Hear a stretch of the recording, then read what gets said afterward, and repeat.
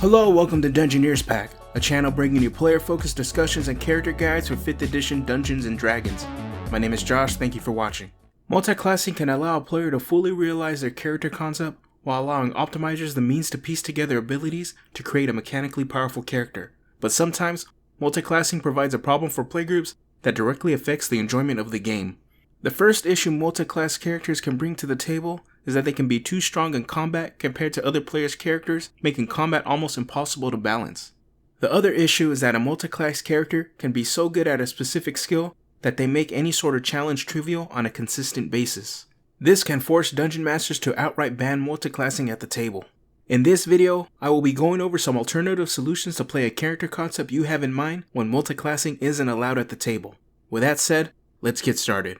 Feats are one way to fill out your character build whether or not multiclassing is allowed at your table. There are a variety of feats to choose from to flesh out your character, whether it be from official sources or Unearthed Arcana test material. Feats more often than not allow you to focus on a specific aspect of your character, improving or providing abilities and benefits for those features. There are 3 feats that I believe will allow you to flesh out your build in the absence of multiclassing. The first 2 feats serve a similar purpose.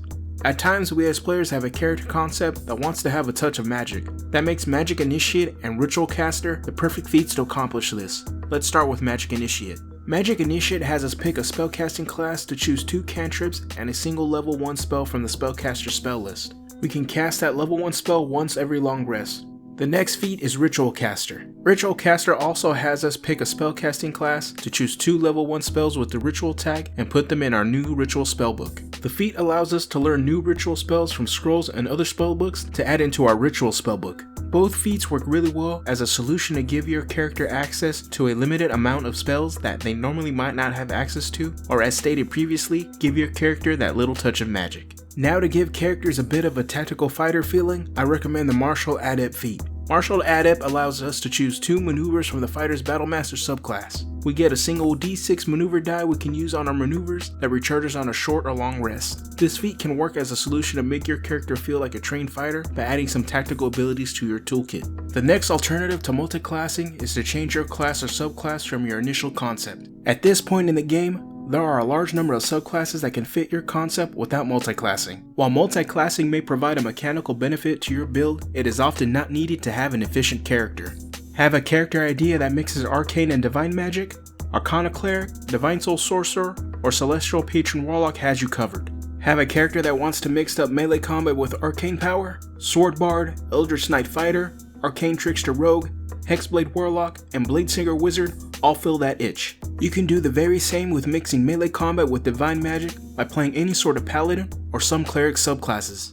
The last alternative solution to multiclassing is choosing a different background. Character backgrounds are a great way to give your character access to specific skills that are often associated with the class you want to multiclass into. The background and associated skills can give you the flavor related to the class without having levels in it. Had plans to multiclass into Rogue?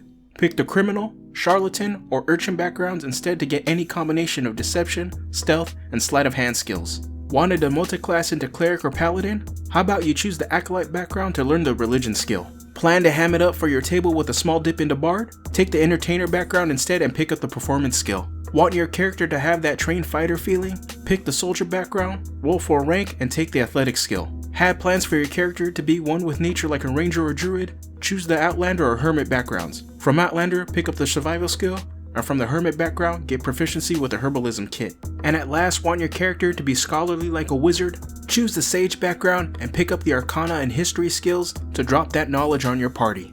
By taking feats, choosing a different class or subclass, and choosing a different background, you can still play your character concept in spite of not having access to multiclassing. For even better results, combine the alternative options to really nail down your character. The alternatives will not come close to any power level that a multiclass character can obtain, but that is the entire point. Some multiclass combinations provide such a mechanical advantage, it can take away from the game. With that said, I want to hear from you. Let me know if your table has banned multiclassing at any point and why. Make sure to like, subscribe, and hit the notification bell to know when new videos are up. Alright, I'm out of here. Have a good one.